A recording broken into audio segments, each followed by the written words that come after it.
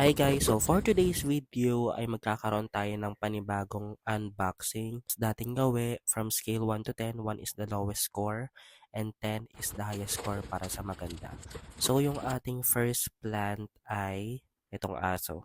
Joke lang, may pa-commercial no? So ayun guys, yung first plant natin is freebie siya. Ito yata yung mga ginagamit sa graft or sa pagga-grafting. Puputulin mo yung ulo tapos ayun, ilalagay mo yung halaman dun sa ibabaw. So next one, ito Corepanda na may mga tinik.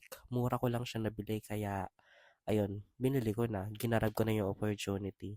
So ayan siya guys. Ang ganda pala ng flower nito sa totoo lang, napakalaki.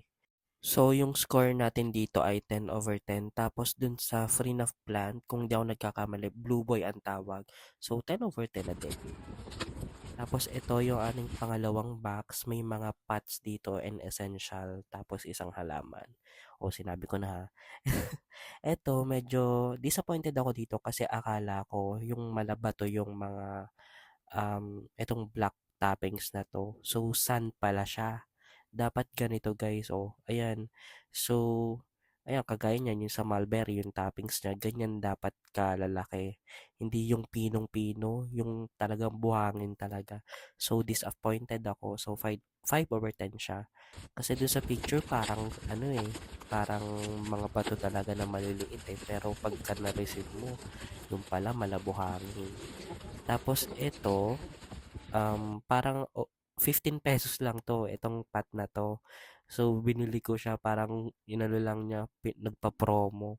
So, kaso basag nga lang yung buntot. So, 7/10. Kung hindi 'to basag, eh di 10/10 sana kahit ganyan yung itsura niya. I mean, gusto ko naman kasi talaga ng itsura niya. Tapos, ayun nga lang, hindi man lang nilagyan ng tissue dun sa may bandang buntot. Ang inano lang ay yung tawag dito, yung bubble wrap. Hindi pa rin kasi talaga safe pagka ganun. So, ito naman guys ay isang plant na sepia hybrid, para daw siyang king of sepia kaya binili ko. May pagkamahal to. Tapos ayan, mapapansin nyo may mga flowers na din. Hindi ko alam kung mamumukadkad pa yan pag tinanim ko. Okay naman yung roots. Pero hindi siya seed grown. Parang ano siya, kita ko na yung ilalim nito eh. May palubog yung ilalim eh. So parang ano siya, galing siya sa degraft. Pag binuhat mo siya, magaan siya. Hindi siya katulad ng ibang halaman na may pagka mabigat. Ito talagang magaan na akala mo walang laman sa loob. Alam mo yung tipo na kapag